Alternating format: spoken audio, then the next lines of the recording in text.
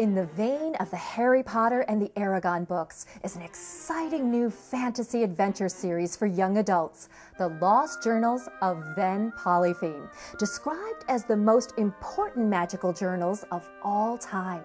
The series began with the floating island and continues with the Thief Queen's daughter. We're here today in an undisclosed location near the dig site where the reclusive documentarian Elizabeth Haydon has been working with the world-renowned archaeological team that found the journals.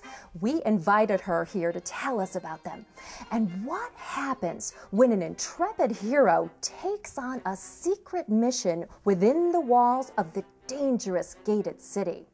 Welcome, Elizabeth. Dr. Haydon? Are you alone? Why all the secrecy?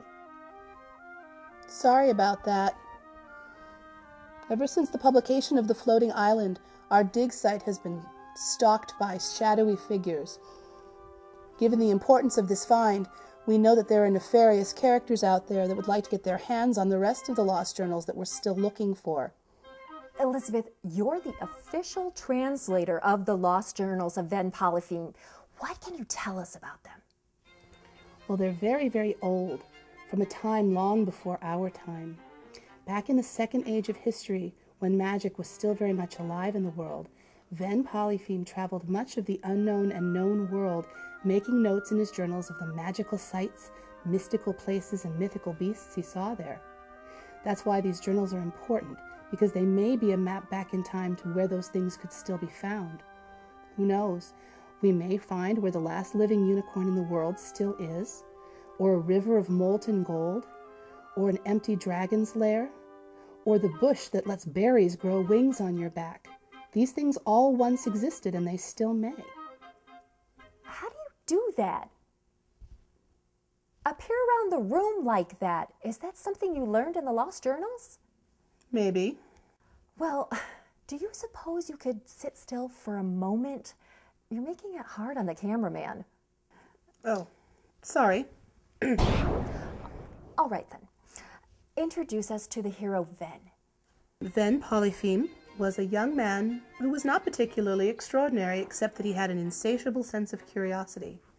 He lived long ago, as I said, in the Second Age of history, back when there were different races, and his particular race was the race of the Nain.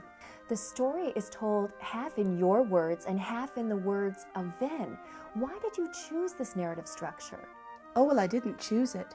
Those pieces that are in Ven's words came right from the dig. Those were the pieces we were able to save of the journals, as are the pictures. Those things that are from my narration, unfortunately, didn't survive being in the ground that long. Tell us about the dragons on the covers of each of the books. Along with the lost journals, we located a box that was sealed in wax and lined in gold.